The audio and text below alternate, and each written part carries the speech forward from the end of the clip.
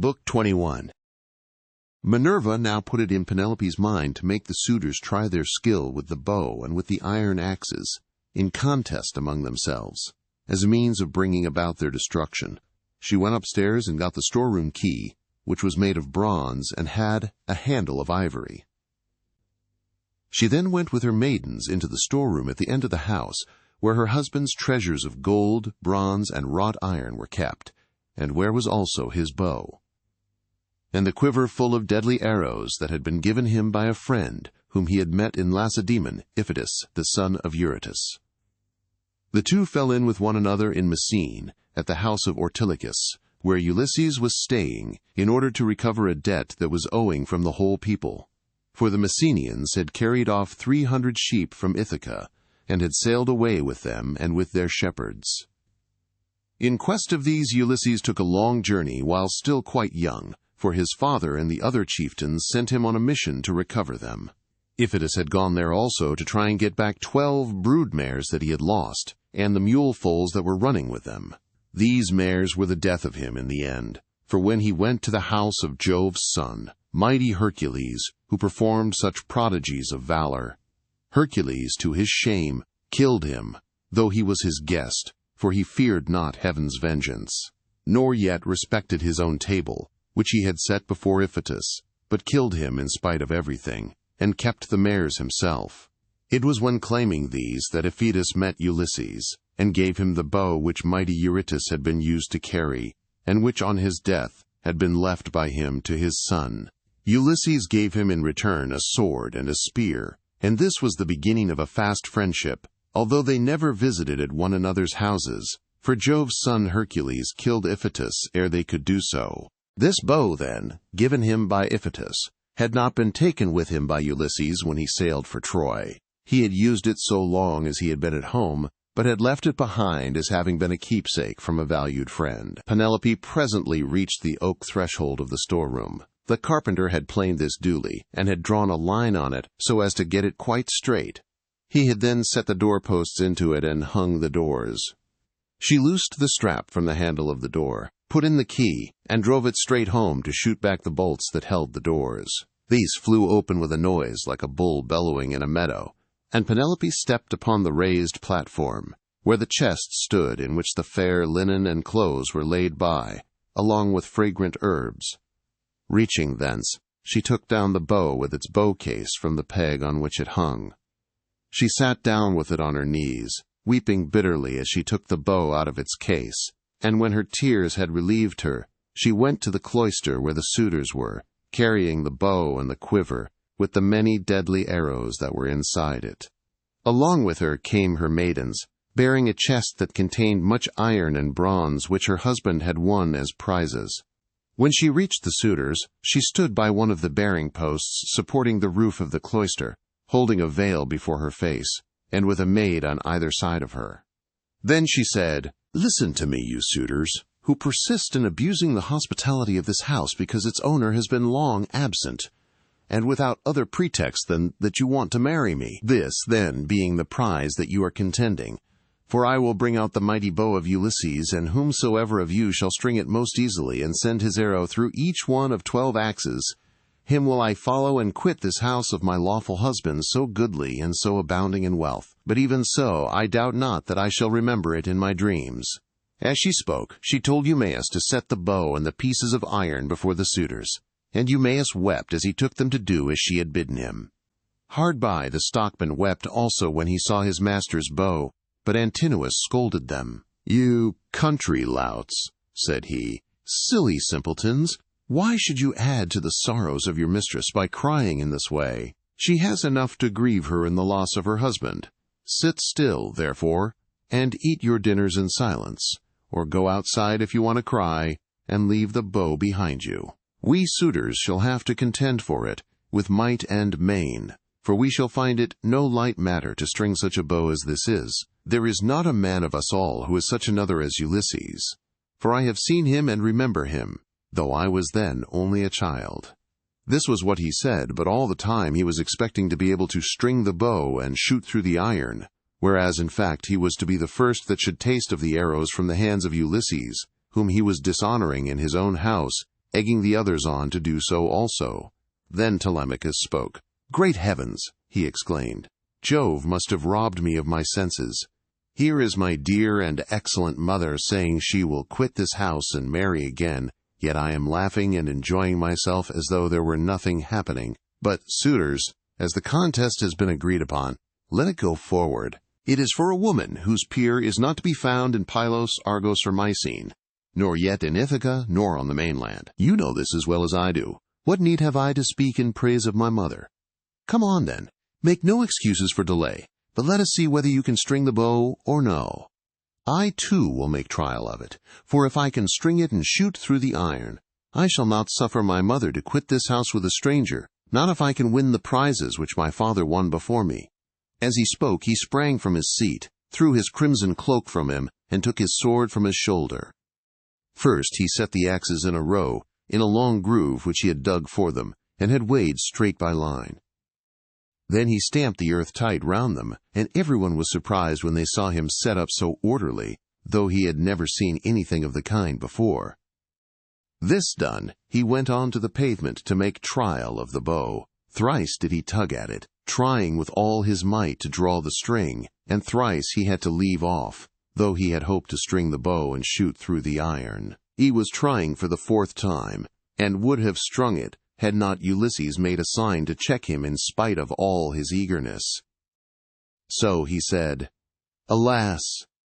I shall either be always feeble and of no prowess, or I am too young, and have not yet reached my full strength so as to be able to hold my own if anyone attacks me. You others, therefore, who are stronger than I, make trial of the bow and get this contest settled." On this he put the bow down, letting it lean against the door that led into the house, with the arrow standing against the top of the bow. Then he sat down on the seat from which he had risen, and Antinous said, "Come on, each of you, in his turn," going towards the right from the place at which the cupbearer begins when he is handing round the wine. The rest agreed, and Leodes, son of Onops, was the first to rise. He was sacrificial priest to the suitors, and sat in the corner near the mixing bowl. He was the only man who hated their evil deeds, and was indignant with the others.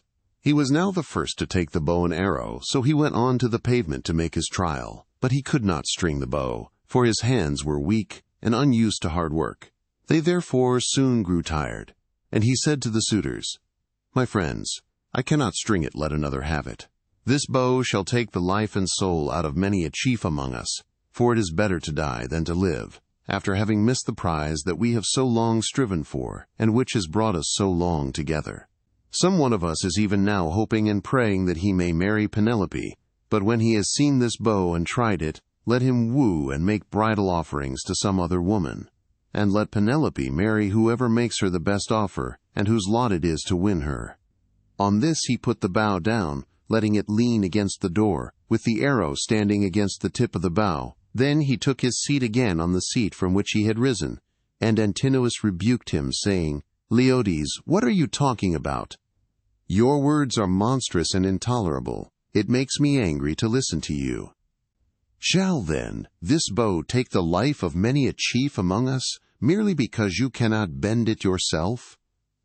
True, you were not born to be an archer, but there are others who will soon string it." Then he said to Melanthius the goatherd, "Look sharp, light a fire in the court, and set a seat hard by with a sheepskin on it. Bring us also a large ball of lard, from what they have in the house. Let us warm the bow and grease it. We will then make trial of it again, and bring the contest to an end." Melanthius lit the fire and set a seat covered with sheepskins beside it. He also brought a great ball of lard from what they had in the house, and the suitors warmed the bow and again made trial of it, but they were none of them nearly strong enough to string it. Nevertheless, there still remained Antinous and Eurymachus, who were the ringleaders among the suitors, and much the foremost among them all. Then the swineherd and the stockman left the cloisters together, and Ulysses followed them. When they had got outside the gates and the outer yard, Ulysses said to them quietly, "Stockmen, and you swineherd, I have something in my mind which I am in doubt whether to say or no, but I think I will say it. What manner of men would you be to stand by Ulysses? if some god should bring him back here all of a sudden. Say which you are disposed to do to side with the suitors, or with Ulysses." "Father Jove," answered the stockman, "would indeed that you might so ordain it. If some god were but to bring Ulysses back, you should see with what might and main I would fight for him." In like words Eumaeus prayed to all the gods that Ulysses might return. When, therefore, he saw for certain what mind they were of, Ulysses said, "It is I, Ulysses, who am here. I have suffered much, but at last, in the 20th year, I am come back to my own country. I find that you two alone of all my servants are glad that I should do so, for I have not heard any of the others praying for my return.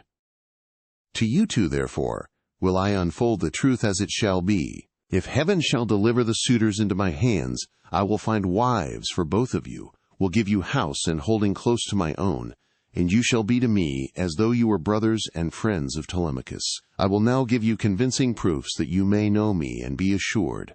See, here is the scar from the boar's tooth that ripped me when I was out hunting on Mount Parnassus with the sons of Autolycus." As he spoke, he drew his rags aside from the great scar, and when they had examined it thoroughly, they both of them wept about Ulysses, threw their arms round him, and kissed his head and shoulders, while Ulysses kissed their hands and faces in return. The sun would have gone down upon their mourning if Ulysses had not checked them and said, "Cease your weeping, lest someone should come outside and see us, and tell those who a match are within. When you go in, do so separately, not both together. I will go first, and do you follow afterwards. Let this moreover be the token between us. The suitors will all of them try to prevent me from getting hold of the bow and quiver.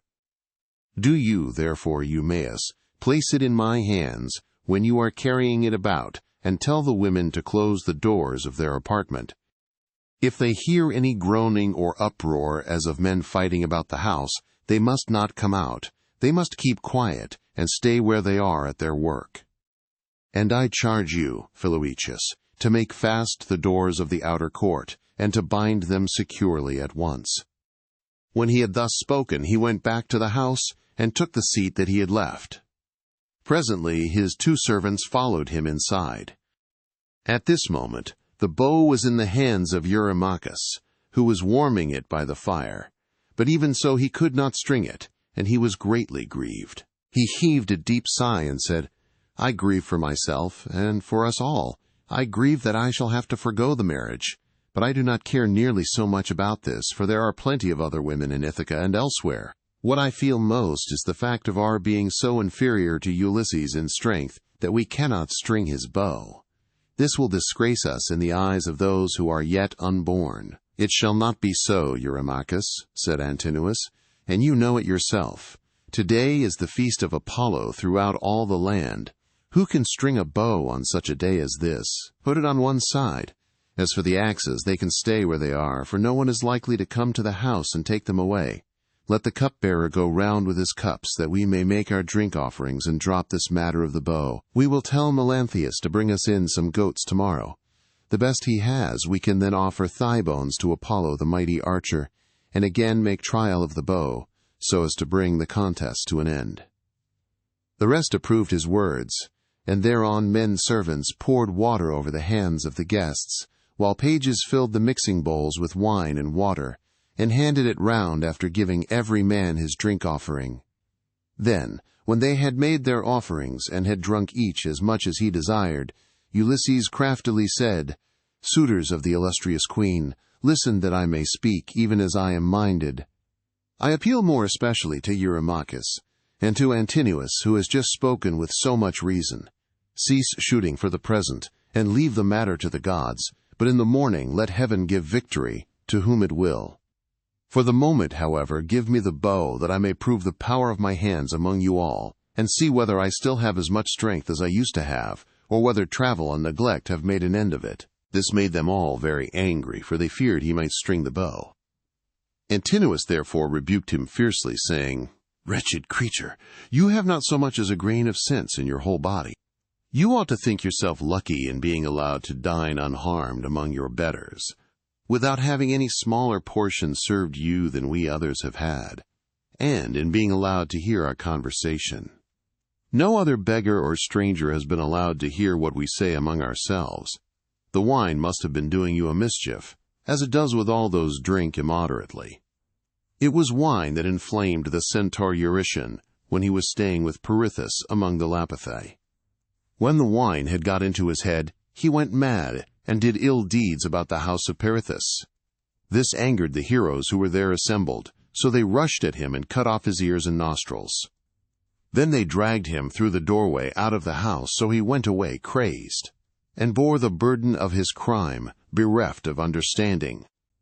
Henceforth, therefore, there was war between mankind and the centaurs, but he brought it upon himself through his own drunkenness. In like manner I can tell you that it will go hardly with you if you string the bow. You will find no mercy from anyone here, for we shall at once ship you off to King XXII, who kills every one that comes near him. You will never get away alive, so drink and keep quiet without getting into a quarrel with men younger than yourself." Penelope then spoke to him.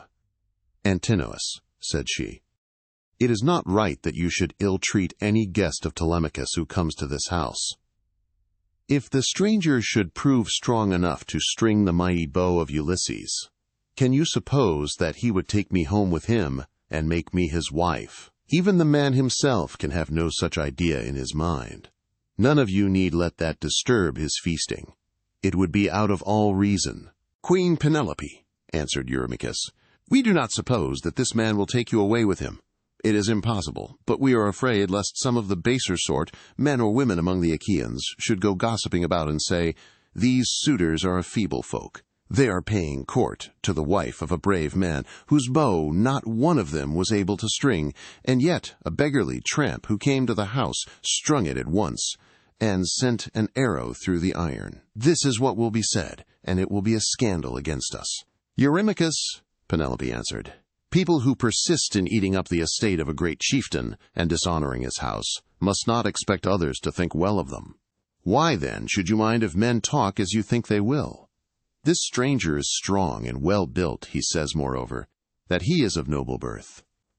Give him the bow, and let us see whether he can string it or no. I say, and it shall surely be, that if Apollo vouchsafes him the glory of stringing it, I will give him a cloak and shirt of good wear, with a javelin to keep off dogs and robbers, and a sharp sword.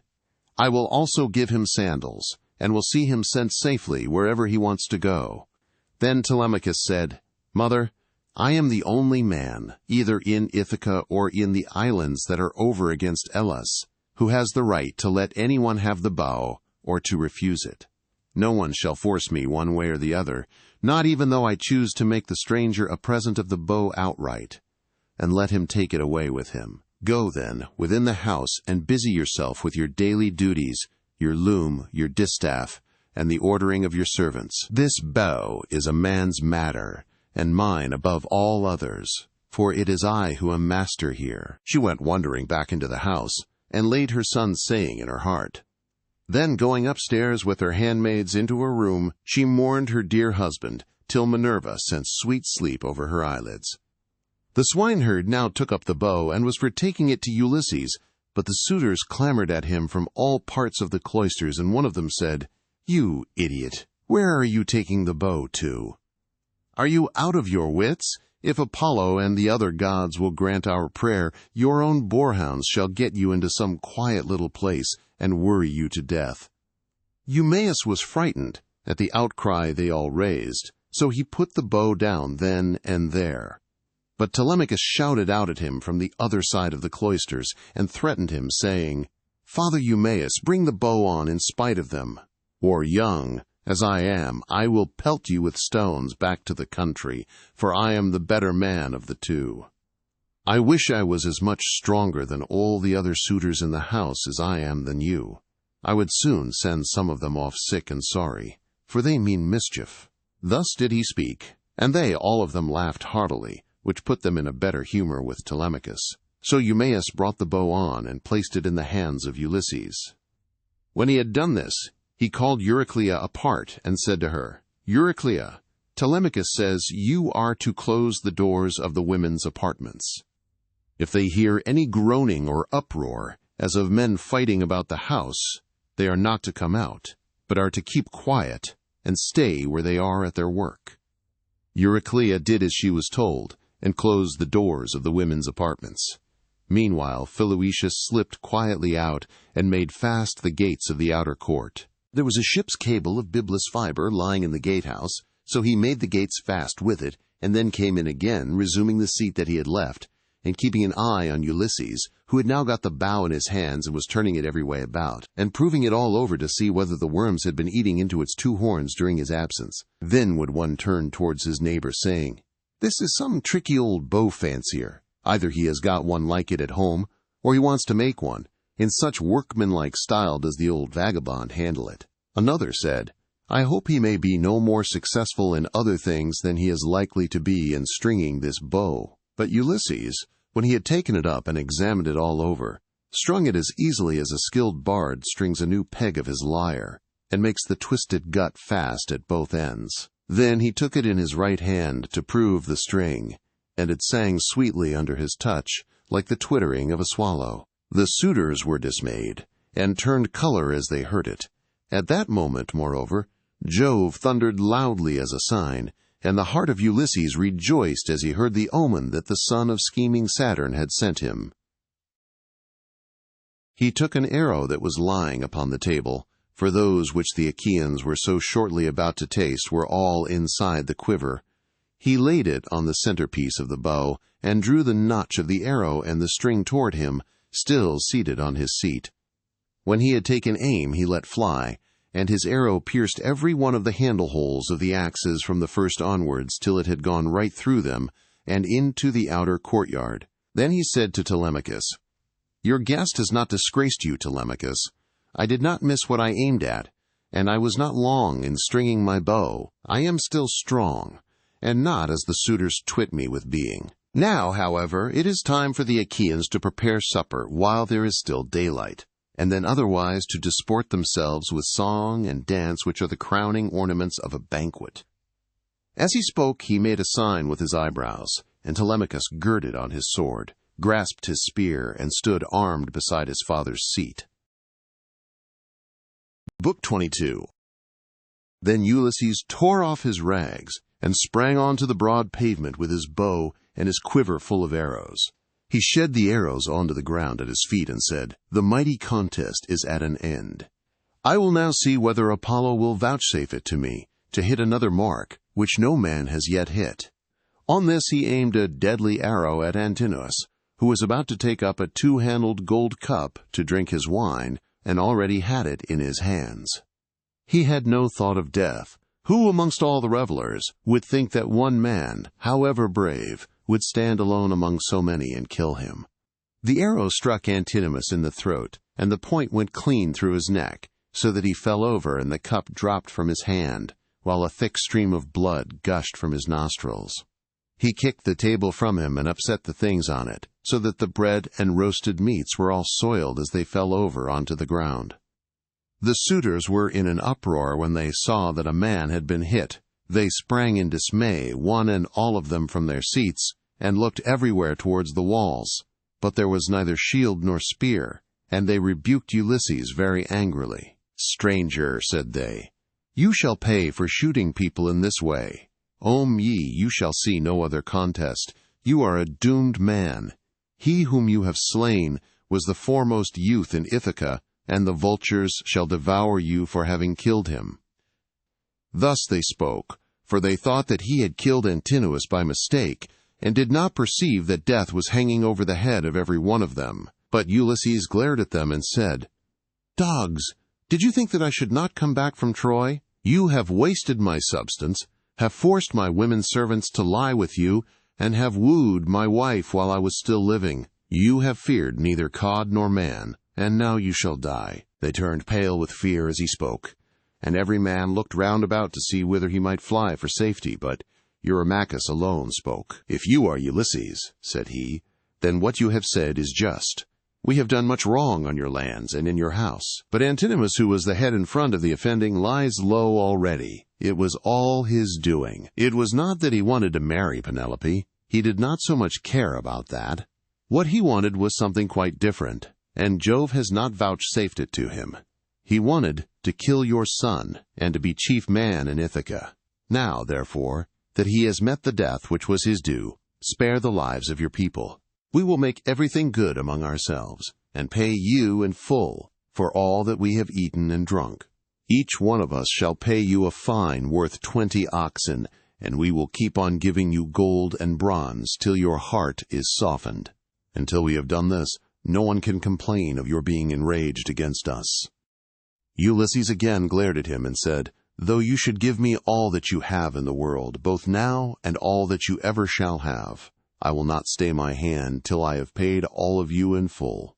You must fight or fly for your lives, and fly, not a man of you shall." Their hearts sank as they heard him, but Eurymachus again spoke, saying, "My friends, this man will give us no quarter. He will stand where he is and shoot us down till he has killed every man among us. Let us then show fight. Draw your swords and hold up the tables to shield you from his arrows. Let us have at him with a rush, to drive him from the pavement and doorway. We can then get through into the town, and raise such an alarm as shall soon stay his shooting." As he spoke, he drew his keen blade of bronze, sharpened on both sides, and with a loud cry sprang towards Ulysses. But Ulysses instantly shot an arrow into his breast that caught him by the nipple and fixed itself in his liver. He dropped his sword and fell doubled up over his table. The cup and all the meats went over onto the ground, as he smote the earth with his forehead in the agonies of death, and he kicked the stool with his feet, until his eyes were closed in darkness. Then Amphinomus drew his sword, and made straight at Ulysses to try and get him away from the door. But Telemachus was too quick for him, and struck him from behind. The spear caught him between the shoulders and went right through his chest, so that he fell heavily to the ground and struck the earth with his forehead. Then Telemachus sprang away from him, leaving his spear still in the body, for he feared that if he stayed to draw it out, some one of the Achaeans might come up and hack at him with his sword, or knock him down. So he set off at a run, and immediately was at his father's side. Then he said, "Father, let me bring you a shield, 2 spears, and a brass helmet for your temples. I will arm myself as well, and will bring other armor for the swineherd and the stockman, for we had better be armed." "Run and fetch them," answered Ulysses, "while my arrows hold out, or when I am alone, they may get me away from the door." Telemachus did as his father said, and went off to the storeroom where the armor was kept. He chose 4 shields, 8 spears, and 4 brass helmets with horsehair plumes. He brought them with all speed to his father, and armed himself first, while the stockman and the swineherd also put on their armor, and took their places near Ulysses. Meanwhile Ulysses, as long as his arrows lasted, had been shooting the suitors one by one, and they fell thick on one another. When his arrows gave out, he set the bow to stand against the end wall of the house by the doorpost, and hung a shield 4 hides thick about his shoulders. On his comely head he set his helmet, well wrought with a crest of horsehair that nodded menacingly above it, and he grasped 2 redoubtable bronze-shod spears.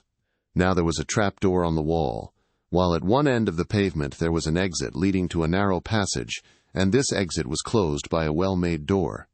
Ulysses told Philoetius to stand by this door and guard it, for only one person could attack it at a time. But Agelaus shouted out, "Cannot someone go up to the trap door and tell the people what is going on? Help would come at once, and we should soon make an end of this man and his shooting." "This may not be, Agelaus," answered Melanthius. "The mouth of the narrow passage is dangerously near the entrance to the outer court.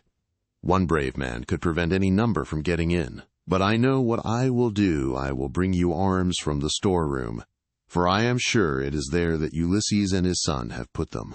On this, the goatherd Melanthius went by back passages to the storeroom of Ulysses' house.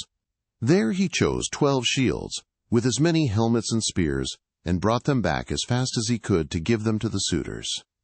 Ulysses' heart began to fail him when he saw the suitors putting on their armor and brandishing their spears. He saw the greatness of the danger, and said to Telemachus, "Some one of the women inside is helping the suitors against us, or it may be Melanthius." Telemachus answered, The fault, father, is mine, and mine only. I left the storeroom door open, and they have kept a sharper lookout than I have. Go, Eumaeus, put the door to, and see whether it is one of the women who is doing this, or whether, as I suspect, it is Melanthius, the son of Dolius." Thus did they converse. Meanwhile Melanthius was again going to the storeroom to fetch more armor, but the swineherd saw him and said to Ulysses, who was beside him, "Ulysses, noble son of Laertes, it is that scoundrel Melanthius, just as we suspected, who is going to the storeroom. Say, shall I kill him if I can get the better of him? Or shall I bring him here that you may take your own revenge for all the many wrongs that he has done in your house?" Ulysses answered, "Telemachus and I will hold these suitors in check, no matter what they do. Go back, both of you, and bind Melanthius, hands and feet behind him. Throw him into the storeroom and make the door fast behind you. Then fasten a noose about his body, and string him close up to the rafters from a high bearing post, that he may linger on in an agony." Thus did he speak, and they did even as he had said. They went to the storeroom, which they entered before Melanthius saw them, for he was busy searching for arms in the innermost part of the room. So the two took their stand on either side of the door, and waited. By and by Melanthius came out with a helmet in one hand, and an old dry-rotted shield in the other, which had been borne by Laertes when he was young, but which had been long since thrown aside, and the straps had become unsewn. On this the two seized him, dragged him back by the hair, and threw him struggling to the ground. They bent his hands and feet well behind his back, and bound them tight with a painful bond, as Ulysses had told them. Then they fastened a noose about his body and strung him up from a high pillar till he was close up to the rafters. And over him did you then vaunt, O swineherd Eumaeus, saying, "Melanthius, you will pass the night on a soft bed as you deserve. You will know very well when morning comes from the streams of Oceanus, and it is time for you to be driving in your goats for the suitors to feast on." There, then, they left him in very cruel bondage, and having put on their armor, they closed the door behind them and went back to take their places by the side of Ulysses, whereon the four men stood in the cloister, fierce and full of fury. Nevertheless, those who were in the body of the court were still both brave and many. Then Jove's daughter Minerva came up to them, having assumed the voice and form of Mentor. Ulysses was glad when he saw her, and said, "Mentor, lend me your help, and forget not your old comrade, nor the many good turns he has done you. Besides, you are my age-mate." But all the time he felt sure it was Minerva, and the suitors from the other side raised an uproar when they saw her. Agelaus was the first to reproach her. "Mentor," he cried, "do not let Ulysses beguile you into siding with him and fighting the suitors. This is what we will do. When we have killed these people, father and son, we will kill you too. You shall pay for it with your head, and when we have killed you, we will take all you have, indoors or out, and bring it into hotchpot with Ulysses' property. We will not let your sons live in your house, nor your daughters, nor shall your widow continue to live in the city of Ithaca." This made Minerva still more furious, so she scolded Ulysses very angrily. "Ulysses," said she, "your strength and prowess are no longer what they were when you fought for 9 long years among the Trojans about the noble lady Helen. You killed many a man in those days, and it was through your stratagem that Priam's city was taken. How comes it that you are so lamentably less valiant now that you are on your own ground, face to face with the suitors in your own house? Come on, my good fellow, stand by my side, and see how Mentor, son of Alcinous, shall fight your foes, and requite your kindnesses conferred upon him." But she would not give him full victory as yet, for she wished still further to prove his own prowess, and that of his brave son. So she flew up to one of the rafters in the roof of the cloister and sat upon it, in the form of a swallow. Meanwhile, Agelaus, son of Damastor, Eurynomus, Amphimedon, Demoptolemus, Pisander, and Polybus, son of Polyctor, bore the brunt of the fight upon the suitors' side.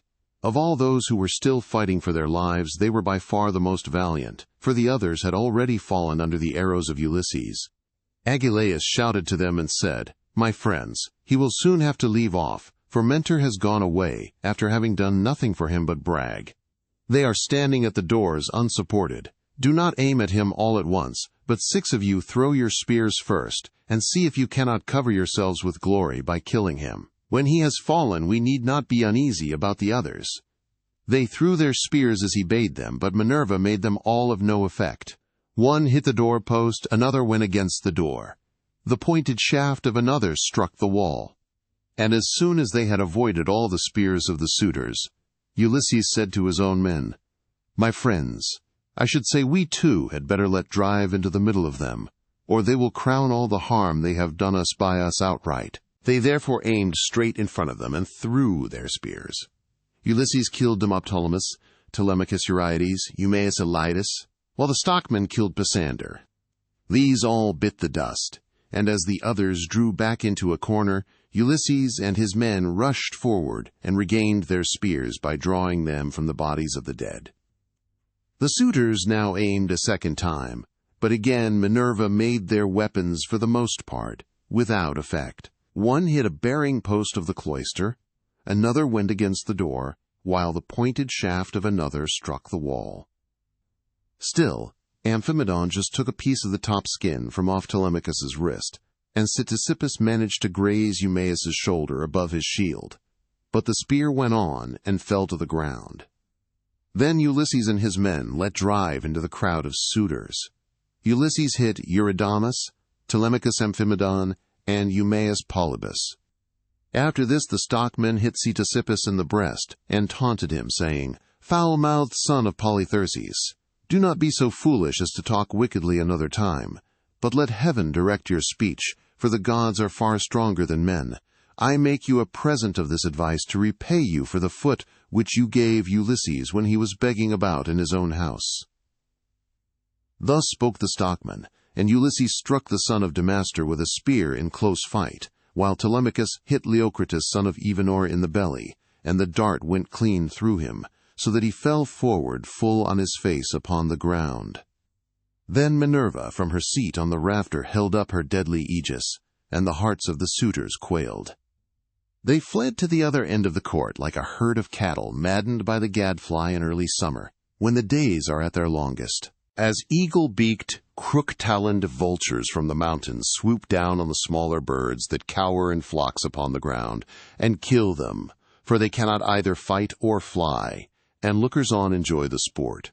Even so did Ulysses and his men fall upon the suitors and smite them on every side. They made a horrible groaning as their brains were being battered in, and the ground seethed with their blood. Leodes then caught the knees of Ulysses and said, "Ulysses, I beseech you, have mercy upon me, and spare me. I never wronged any of the women in your house, either in word or deed, and I tried to stop the others. I saw them, but they would not listen, and now they are paying for their folly. I was their sacrificing priest. If you kill me, I shall die without having done anything to deserve it, and shall have got no thanks for all the good that I did." Ulysses looked sternly at him and answered, "If you were their sacrificing priest, you must have prayed many a time that it might be long before I got home again, and that you might marry my wife and have children by her. Therefore you shall die." With these words he picked up the sword that Agelaus had dropped when he was being killed, and which was lying upon the ground. Then he struck Leodes on the back of his neck, so that his head fell rolling in the dust while he was yet speaking. The minstrel Phemius, son of Terpes, he who had been forced by the suitors to sing to them, now tried to save his life. He was standing near towards the trap-door, and held his lyre in his hand. He did not know whether to fly out of the cloister and sit down by the altar of Jove that was in the outer court, and on which both Laertes and Ulysses had offered up the thigh bones of many an ox, or whether to go straight up to Ulysses and embrace his knees. But in the end, he deemed it best to embrace Ulysses' knees. So he laid his lyre on the ground between the mixing bowl and the silver-studded seat. Then, going up to Ulysses, he caught hold of his knees and said, "Ulysses, I beseech you, have mercy on me and spare me. You will be sorry for it afterwards, if you kill a bard who can sing both for gods and men as I can. I make all my lays myself, and heaven visits me with every kind of inspiration. I would sing to you as though you were a god. Do not therefore be in such a hurry to cut my head off." Your own son Telemachus will tell you that I did not want to frequent your house and sing to the suitors after their meals.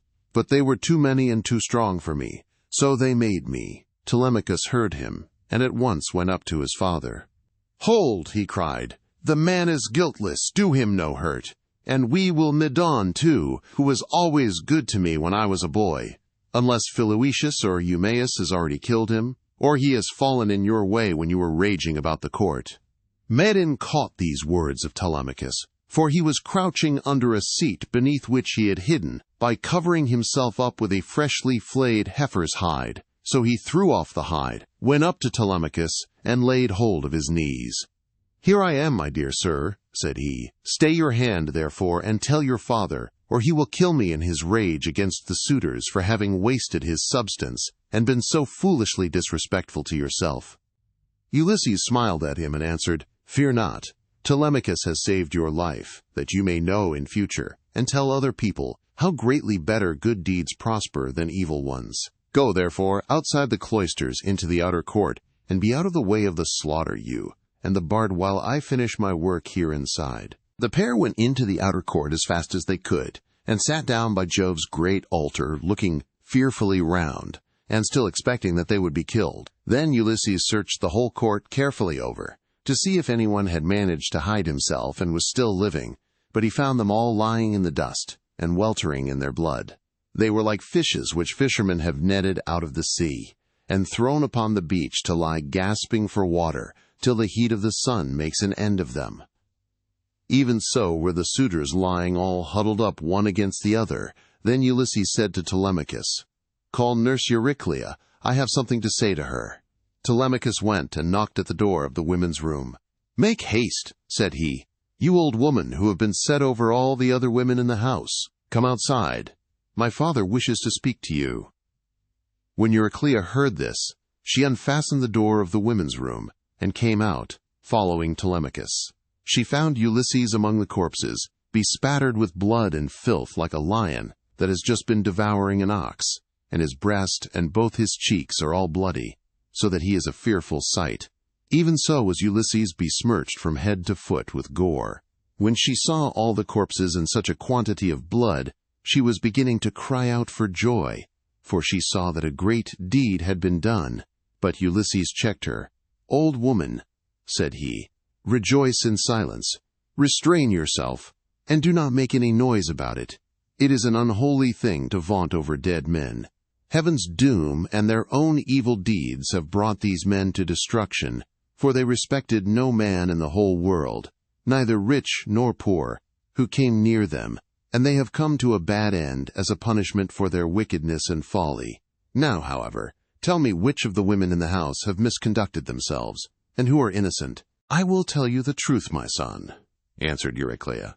"There are 50 women in the house whom we teach to do things, such as carding wool and all kinds of household work. Of these, 12 in all have misbehaved, and have been wanting in respect to me, and also to Penelope. They showed no disrespect to Telemachus, for he has only lately grown, and his mother never permitted him to give orders to the female servants. But let me go upstairs and tell your wife all that has happened, for some god has been sending her to sleep." "Do not wake her yet," answered Ulysses, "but tell the women who have misconducted themselves to come to me." Euryclea left the cloister to tell the women, and make them come to Ulysses. In the meantime he called Telemachus, the stockman, and the swineherd. "Begin," said he, "to remove the dead, and make the women help you. Then get sponges and clean water to swill down the tables and seats. When you have thoroughly cleansed the whole cloisters, take the women into the space between the domed room and the wall of the outer court, and run them through with your swords till they are quite dead, and have forgotten all about love, and the way in which they used to lie in secret with the suitors." On this the women came down in a body, weeping and wailing bitterly. First they carried the dead bodies out, and propped them up against one another in the gatehouse. Ulysses ordered them about, and made them do their work quickly, so they had to carry the bodies out. When they had done this, they cleaned all the tables and seats with sponges and water, while Telemachus and the 2 others shoveled up the blood and dirt from the ground, and the women carried it all away and put it out of doors. Then, when they had made the whole place quite clean and orderly, They took the women out and hemmed them in the narrow space between the wall of the domed room and that of the yard, so that they could not get away. And Telemachus said to the other two, "I shall not let these women die a clean death, for they were insolent to me and my mother, and used to sleep with the suitors." So saying, he made a ship's cable fast to one of the bearing posts that supported the roof of the domed room, and secured it all around the building at a good height, lest any of the women's feet should touch the ground. And as thrushes or doves beat against a net that has been set for them in a thicket just as they were getting to their nest, and a terrible fate awaits them, even so did the women have to put their heads in nooses one after the other, and die most miserably. Their feet moved convulsively for a while, but not for very long. As for Melanthius, they took him through the cloister into the inner court. There they cut off his nose and his ears. They drew out his vitals and gave them to the dogs raw, and then, in their fury, they cut off his hands and his feet. When they had done this, they washed their hands and feet, and went back into the house, for all was now over. And Ulysses said to the dear old nurse Euryclea, "Bring me sulphur, which cleanses all pollution, and fetch fire also that I may burn it, and purify the cloisters. Go moreover, and tell Penelope to come here with her attendants, and also all the maidservants that are in the house." "All that you have said is true," answered Euryclea, "but let me bring you some clean clothes, a shirt and cloak. Do not keep these rags on your back any longer. It is not right." "First light me a fire," replied Ulysses. She brought the fire and sulphur, as he had bidden her, and Ulysses thoroughly purified the cloisters and both the inner and outer courts. Then she went inside to call the women and tell them what had happened, whereon they came from their apartment with torches in their hands, and pressed round Ulysses to embrace him, kissing his head and shoulders, and taking hold of his hands. It made him feel as if he should like to weep, for he remembered every one of them,